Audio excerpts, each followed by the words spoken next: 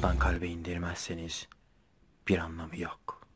The emails, it's a really long email about how she's read that the Quran never talks about covering the head, right? Now it's not a messed up thing necessarily, but she says, I read the ayah and I read, what it says in Surah number 24, Surah An-Nur has the ayah, right?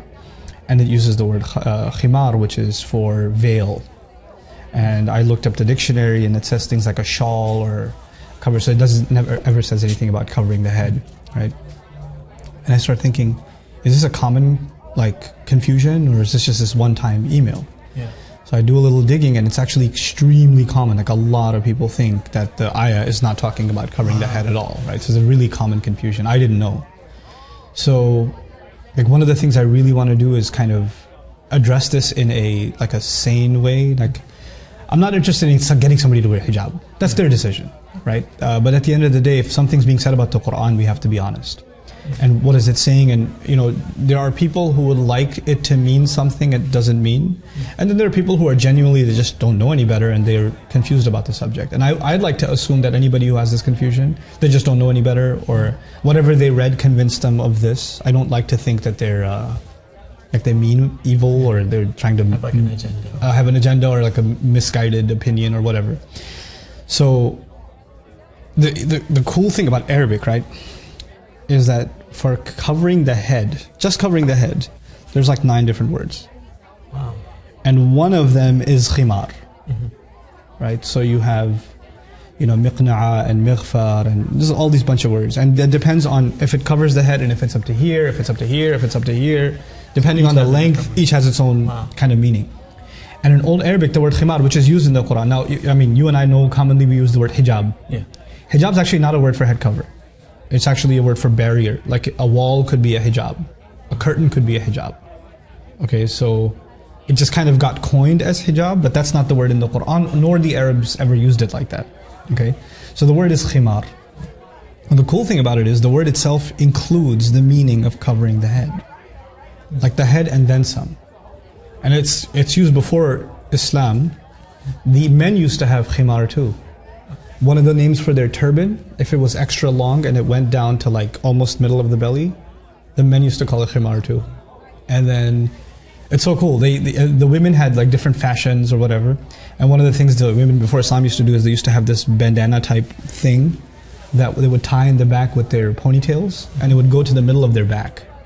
So they wouldn't drape it in front, they throw it behind them. That was also called a khimar.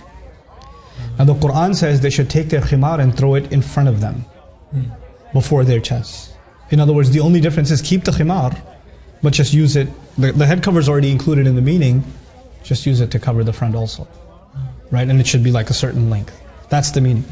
And somebody argues no, but the word khimar, it just means shawl. It doesn't mean head cover, whatever. It's really cool. Are you familiar with the word khamr? You know what that means? Is that alcohol? Alcohol, yeah. Wine. You know why it's called khamr? No. Because it messes with your head.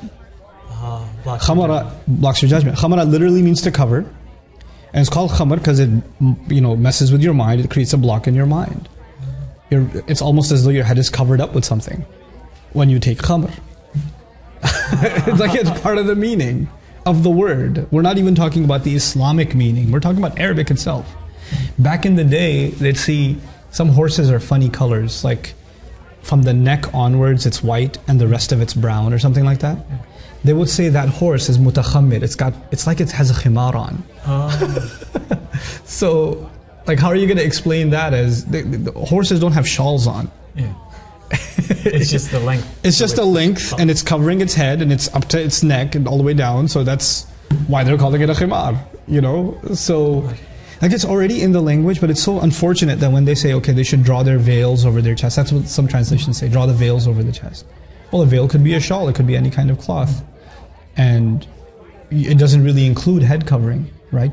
But the Arabic word does. And so I feel like a lot of this confusion comes because people don't pay attention enough to the original language, and how a lot of translations, they oversimplify the issue, and we start coming to drastic conclusions. But I think that even if you talk about all of this, somebody gets upset and says, who are you to tell me that I have to wear this or that? I'm not anybody to tell you anything. But what I'd like to at least for people to know is, okay, here's what the word is in the Quran and here's what it means and here's how we can understand it. If you think there's better evidence, if you think there's another meaning in Arabic, then maybe you should tell me about it. So, I don't know, maybe I should do a talk about that someday. Yeah. I'll see you next time, inshallah. Okay, sure. Take care. Assalamu alaikum.